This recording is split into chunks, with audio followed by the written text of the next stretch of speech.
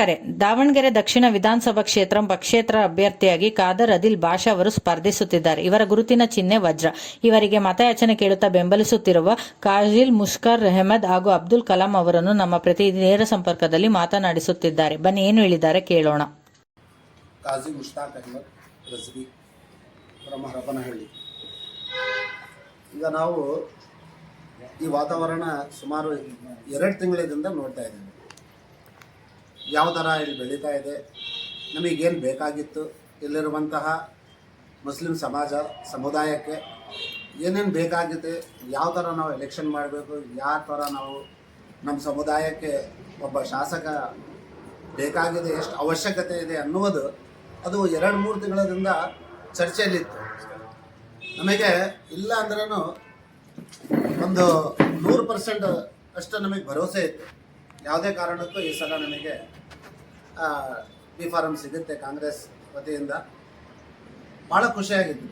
ಎಲ್ಲ ನಾಯಕರು 50 ವರ್ಷ 40 ವರ್ಷ ಏನು ಕಾಂಗ್ರೆಸ್ಸಿಗೋಸ್ಕರ ದುಡಿದಿದ್ದಾರೋ ಅವರಿಗೆಲ್ಲ ಅವರು ಮಾನ್ಯ ದಿವಂಗತ ಶಾಮನೂರು ಶಿವಶಂಕರಪ್ಪರು ಅವ್ರು ಭರವಸೆ ಕೊಟ್ಕೊಂತ ಬಂದಿದ್ದಾರೆ. ಅದಕ್ಕೆ ನಾನು ಸಾಕ್ಷಿನೇ.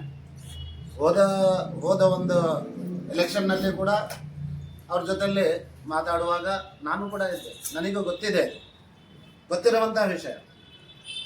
ಭಾಳ ಭರವಸೆ ಕೊಟ್ಕೊಂತ, ಆಶ್ವಾಸನೆ ಕೊಟ್ಕೊಂತ ಬಂದರು. ಯಾವುದೇ ಕಾರಣಕ್ಕೂ ಈ ಸಲ ಇನ್ನು ಬರೋ ಸಲ ನಿಮಗೆ ಕೊಡ್ತೇವೆ ಅಂತ. ಈಗ ಆ ಒಂದು ಮಾತು ಅವ್ರು ಉಳಿಸ್ಕೊಂತಾರೆ, ಅವ್ರ ಫ್ಯಾಮಿಲಿಯವರು, ಅವ್ರ ಕುಟುಂಬದವರು ಎಲ್ಲರೂ ಸೇರಿ ಉಳಿಸ್ಕೊಂತಾರೆ ಅನ್ನುವಂತಹ ಒಂದು ಭರವಸೆ. ಒಂದು 40 ವರ್ಷದಿಂದ, ಏನು 40-46 ವರ್ಷದಿಂದ ದುಡ್ದಿದ್ದಾರೆ ಕಾಂಗ್ರೆಸ್ಸಿಗೆ. ಮಾನ್ಯ ಅಬ್ದುಲ್ ಜಬ್ಬಾರ್ ಸಾಹೇಬ್ ಆಗಲಿ, ಅಯ್ಯೂಬ್ ಪೈಲ್ವಾನ್ ಆಗಲಿ, ಆಮೇಲೆ ಇನ್ನಿತರ ಕಾಂಗ್ರೆಸ್ಸಿಗೆ ದುಡ್ದಿದ್ದವರು ಎಷ್ಟು ಜನ ಈಗ ಇದ್ದಾರೋ ಮುಖಂಡರು, ಅವರಿಗೆಲ್ಲ ಭರವಸೆ ಇತ್ತು. ಎಲ್ಲರೂ ಸೇರಿ ಮೀಟಿಂಗ್ ಕೂಡ ಮಾಡ್ತಾಯಿದ್ರು. ಆದರೆ ಆ ಒಂದು ಭರವಸೆ ಅವರು ಉಳಿಸ್ಕೊಂತಿಲ್ಲ.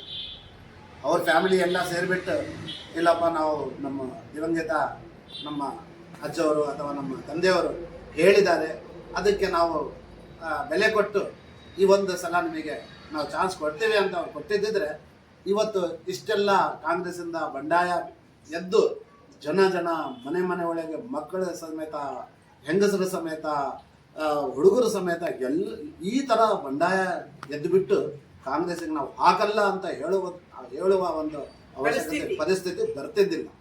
ಈ ಪರಿಸ್ಥಿತಿ ಹುಟ್ಟಿಸಿರೋದೇ ಅವರೇ ಹುಟ್ಟಿಸಿರೋದು ಈ ಪರಿಸ್ಥಿತಿ.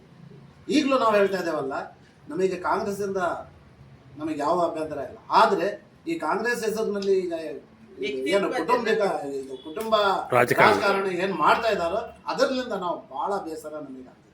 ನಾವು ಹರಪನಹಳ್ಳಿಯವರು. ಆದರೆ ಪ್ರಭಾ ಮೇಡಮಿಗೆ ನಾವೆಲ್ಲ ಅಲ್ಲಿ ನಾವೆಲ್ಲ ಗೆಲ್ಲಿಸಿದ್ದೇವೆ. ಅವರಿಗೆ ಎಂ ಪಿಗೋಸ್ಕರ ನಾವು ಎಲೆಕ್ಷನ್ ನಾವು ವೋಟ್ ಹಾಕಿದ್ದೇವೆ. ನಮಗೆ ಹಕ್ಕಿದೆ, ಸಾಂವಿಧಾನಿಕವಾಗಿ ನಮಗೆ ಹಕ್ಕಿದೆ. ಅದಕ್ಕೆ ನಾವು ಕೇಳ್ತಾ ಇದ್ದೇವೆ. ಈಗ ನಮಗೆ ಒಂದೇ ಈಗ ಅವಕಾಶ ಇರೋದು. ಈಗ ಏನಾದರೂ ಪಕ್ಷೇತರ ಅಭ್ಯರ್ಥಿ ನಮ್ಮ ಆದಿಲ್ ಆಗಲಿ ಇನ್ನಿತರವರು ಗೆದ್ಬಿಟ್ರೆ ಮುಂದೆ ನಮಗೆ ಸೀಟ್ ಸಿಗುತ್ತೆ ಅನ್ನುವಂತಹ ಒಂದು ಭರವಸೆಯಿಂದ ಈಗ ನಾವು ಕಾಂಗ್ರೆಸ್ಸಿಂದ ಬಂಡಾಯ ಆಗಿಬಿಟ್ಟು ಈಗ ನಾವು ಈ ಥರ ಪಕ್ಷೇತರ ಅಭ್ಯರ್ಥಿಗಳಿಗೆ ಮತ ಯಾಚನೆ ಮಾಡಲಿಕ್ಕೆ ನಾವು ನಿಂತು ಮತದಾರರಿಗೆ ನಾವು ಏನು ಹೇಳ್ತೇವೆ ಅಂದರೆ, ನಿಮಗೆ ದೇವರು ಒಂದು ಮನಸ್ಸು ಕೊಟ್ಟಿದ್ದಾನೆ, ಬುದ್ಧಿ ಕೊಟ್ಟಿದ್ದಾನೆ. ನೀವು ಯೋಚನೆ ಮಾಡಿ. ಯಾವ ದಬ್ಬಾಳಿಕೆ ಇಲ್ಲ, ಯಾವ ದುಡ್ಡು ಆಮಿಷ, ಯಾವ ಹೆಂಡ ಸಾರಾಯ ಅಂತ ಇಂಥ ಸೀರೆ ಉಂಗುರ ಬಂಗಾರ ಅಂತ ಯಾವ ಆಮಿಷ ಇಲ್ದಂಗೆ ನೀವೆಲ್ಲ ಅದಕ್ಕೆಲ್ಲ ಕಡೆಗಿಟ್ಬಿಟ್ಟು ನಿಮ್ಮ ಮನಸ್ಸು, ನಿಮ್ಮ ಹೃದಯ ಏನು ಹೇಳುತ್ತೆ ಬೂತಲ್ಲಿ ಹೋದಾಗ 9ನೇ ತಾರೀಕಿಗೆ ಆ ಕೆಲಸ ನೀವು ಮಾಡಿ. ಇಷ್ಟೇ ನಾವು ಹೇಳೋದು. ನಮ್ಮ ಉಲಮಗಳು, ಯಾಕಂದರೆ ಉಲಮಗಳು ಬರ್ತಾ ಇಲ್ಲ ಇದರಲ್ಲಿ. ಯಾಕೆ ಬರ್ತಾ ಇಲ್ಲ ಅಂದರೆ, ರಾಜಕೀಯ ಮತ್ತು ಉಲಮಗಳ ಒಂದು ಇದು ಇದೆಯಲ್ಲ ಸಂಪರ್ಕ, ಅದು ಸರಿಯಿಲ್ಲ. ಅದು ಈ ವಾತಾವರಣದಲ್ಲಿ ನಮ್ಮ ಪವಿತ್ರವಾದ ಉಲಮಗಳು, ನಮ್ಮ ದಾವಣಗೆರೆ ಎಲ್ಲ, ಇಡೀ ಕರ್ನಾಟಕ, ಇಡೀ ದೇಶದಲ್ಲಿರುವಂತಹ ನಮ್ಮ ಉಲಮಗಳು ಇಂಥ ಒಂದು ಕೆಟ್ಟ ಪರಿಸ್ಥಿತಿಯಲ್ಲಿ ಬಂದು ತಮ್ಮ ಹೆಸರು ಕೆಡಿಸ್ಕೋಬಾರದಂತ ಒಂದೇ ಒಂದು ಕೆಟ್ಟ ಹೋಗುತ್ತಲ್ಲ ಹೆಸರು ಅಂತ ಒಂದೇ ಒಂದು ಉದ್ದೇಶಕ್ಕಾಗಿ ಉಲಮಗಳು, ಮೌಲ್ವಿಗಳು ಯಾರು ಬರ್ತಾರೆ. ಮೊನ್ನೆ ಅದು ಮೌಲ್ವಿಗಳು ಅಂತ ತೋರಿಸಿದಾರಲ್ಲ, ಅವ್ರು ಯಾರು ಮೌಲ್ವಿಗಳಾಗ ಹುಬ್ಬಳ್ಳಿಯಿಂದ ಬಂದಿರೋ ಕೆಲವು ದರ್ಗಾಗಳಿಂದ ಮುಜಾವರ್ಗಳು, ಮತ್ತೆ ನಮ್ಮ ಗುಲ್ಬರ್ಗಾ ಶರೀಫಿಂದ ಬಂದಿರುವಂತಹ ಸಜ್ಜಾದ ನಶೀನ್ ಅವರು ದೊಡ್ಡ ಗುರುಗಳವರು. ಅವರು ಈಗ ಅವರು ಇದು ನೋಡ್ಬಿಟ್ಟು ಅವ್ರ ವಕ್ಫ್ ಬೋರ್ಡ್, ಕರ್ನಾಟಕ ಸರ್ಕಾರದ ವಕ್ಫ್ ಬೋರ್ಡ್ ಚೇರ್ಮನ್ ಅವರು, ಅದಕ್ಕೆ ಆ ಒಂದು ದೃಷ್ಟಿಯಿಂದ ಅವ್ರು ಬಂದಿರೋದು. ಅವ್ರು ಗುರುಗಳಾಗಿ ಮೌಲ್ಯಗಳಾಗಿ ಬಂದು ನೀವು ಮತಯಾಚನೆ ಮಾಡ್ಲಿಕ್ಕೆ ನಾನು ಬಂದಿದ್ದೇನೆ ಅಂತ ಅವ್ರು ಹೇಳಿದ್ರು. ಸರ್, ಕಾಂಗ್ರೆಸ್ನಿಂದ ಜಮೀರ್ ಅವ್ರನ್ನ ಕರೆಸಿ ಅಂತ ಕೇಳ್ತಾ ಇದಾರಂತೆ, ಅದ್ರ ಬಗ್ಗೆ ಏನ್ ಹೇಳಕ್ ಇಷ್ಟಪಡ್ತೀರಾ? ನೋಡಿ, ಅವರು ಈಗ ಕಾಂಗ್ರೆಸ್ ಅಲ್ಲಿ ಇದ್ದಾರೆ, ವರಿಷ್ಠ ಒಂದು ಅವರು ಮಾನ್ಯ ಒಂದು ದೊಡ್ಡ ಉನ್ನತ ಮಟ್ಟದಲ್ಲಿ ಅವರು ಇದ್ದಾರೆ. ಅವ್ರು ಅದು ಇಷ್ಟ. ನಾವು ನೀವು ಬರ್ರಿ, ನೀವು ಮತಯಾಚನೆ ಮಾಡ್ರಿ ಅಂತ ಅವ್ರ ಮನಸ್ಸಿನಲ್ಲಿ ಏನಿದೆ, ಅವ್ರು ಏನು ಮಾಡ್ತಾರ ಅವ್ರಿಗೆ ಬುದ್ಧಿ ಹೇಳುವಂತಹ ನಮಗೇನು ಅದು ಅವಶ್ಯಕತೆ ಇಲ್ಲ. ಈಗ ಅವ್ರಿಗೆ ಬಿಟ್ಟಿದ್ದು, ಸರ್ಕಾರಕ್ಕೆ ಬಿಟ್ಟಿದ್ದು, ಮಾನ್ಯ ಮುಖ್ಯಮಂತ್ರಿಗಳು ಅವರಿಗೆ ಆಗಾಗ ಹೇಳ್ತಾ ಇದ್ದಾರಂತೆ, ಅವ್ರಿಗೆ ಬಿಟ್ಟಿದ್ದದು. ಅವ್ರು ಏನು ಬರ್ತಾರೋ ಬಿಡ್ತಾರೋ ಅವ್ರಿಗೆ ಬಿಟ್ಟಿದ್ದದು. ಅದ್ರ ಬಗ್ಗೆ ನಾವು ಹೇಳಲಿಕ್ಕೆ ನಮಗೆ ಇದು ಇಲ್ಲ. ಓಕೆ ಸರ್, ಧನ್ಯವಾದ. ಅಬ್ದುಲ್ ಮನಾಫ್, ಲೋಕಲ್ ದಾವಣಗೆರೆ. ಓಕೆ. ಜಮೀರ್ ಅಹಮದ್ ಸಾಹೇಬರು ಒಂದು ಕ್ಷೇತ್ರದಲ್ಲಿ ಇರೋಲ್ಲ, ಇಡೀ ಕರ್ನಾಟಕದಲ್ಲಿ 1,20,00,000 ಮುಸ್ಲಿಂ ಇದಾರಲ್ಲ, ಅವರು ಲೀಡರ್. ಅವರು ಮುಸ್ಲಿಂ ಅಭ್ಯರ್ಥಿಗೆ ಟಿಕೆಟ್ ಕೊಡ್ರಿ ಅಂತ ಕೇಳಕ್ಕೆ ಹೋಗಿದ್ದವರು ಅವರಿಗೆ ಅವಮಾನಿಸಿದ್ರು. ಬೇಜಾರಾಗಿದೆ. ಅವ್ರಿಗೆ ಅವಮಾನ ಮಾಡಿದ ಮೇಲೆ ಎಲ್ಲ ಕರ್ನಾಟಕದ 1,20,00,000 ಮುಸ್ಲಿಮರಿಗೆ ಬೇಜಾರಾಯಿತು. ಆಮೇಲೆ ಅವರು ಉಲ್ಮಾಗಳು ಅವರು ಸುಧಾ ದೊಡ್ಡ ದೊಡ್ಡ ಉಲ್ಮಾಗಳು ಹೋಗಿ ಒಂದು ಸ್ವಲ್ಪ ರಿಕ್ವೆಸ್ಟ್ ಮಾಡಿದರು, ಈ ಸಲ ನೀವು ದಾವಣಗೆರೆಗೆ ಒಂದು MLA ಒಂದು ಟಿಕೆಟ್ ನಮ್ಮ ಕೊಡಿ. ಅವಾಗ ಅವರು ಹೇಳಿದ್ರು, ಇದು ಉಲ್ಮಾಗಳಿಗೆ ಸಮಾಜ ತಗೊಂಡ್ಬಂದು ಬ್ಲ್ಯಾಕ್ ಮೇಲ್ ಮಾಡಬಾರ್ದು ಅಂತ ಹೇಳಿದ್ರು. ಇದು ಹೇಳಿದ ತಕ್ಷಣ 2,000 ಕಿಲೋಮೀಟರ್ ದೂರ ಹರಿಯಾಣನಲ್ಲಿ ಅವ್ರದ್ದು ಆಫೀಸು, ಅಲ್ಲೇ ರೋಚಿಗೆದ್ದು ಜನರು ಅವ್ರ ಆಫೀಸ್ಗೆ ಇದು ಮತ್ತೆ ಹಾಗೆ ಇಷ್ಟೊಂದು ಇದು ಅವರು ಮಾಡಿದರು. ಇದು ಎಲ್ಲ ಆದಮೇಲೆ ದಾವಣಗೆರೆ ದಕ್ಷಿಣ ಕ್ಷೇತ್ರದ 87,000 ಮತದಾರರು ಅವರಿಗೆ ದಿನಕ್ಕೆ ಬೇಜಾರಾಯಿತು.